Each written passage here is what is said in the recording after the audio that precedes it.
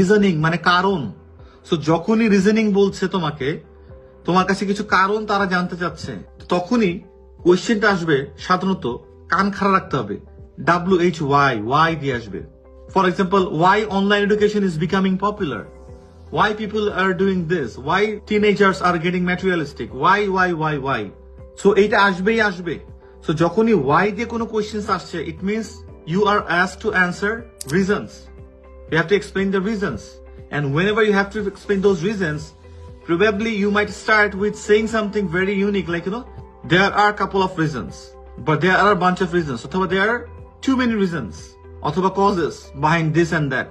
So যখনই reasoning টাইপের কিছু আসবে, why, এইটাই শুধু মাথার মধ্যে নিয়ে রাখো, why, তখনই we can set it. And this is the high time to incorporate your linkers.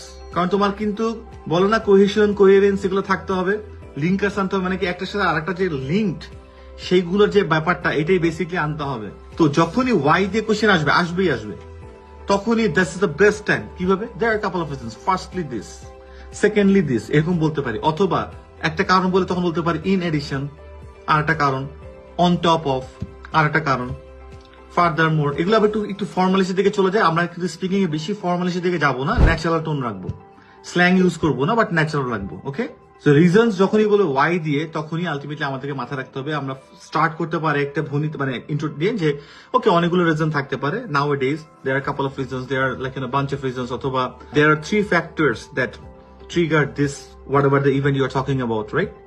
So এই হচ্ছে আমাদের রিজনিংস এর জায়গা।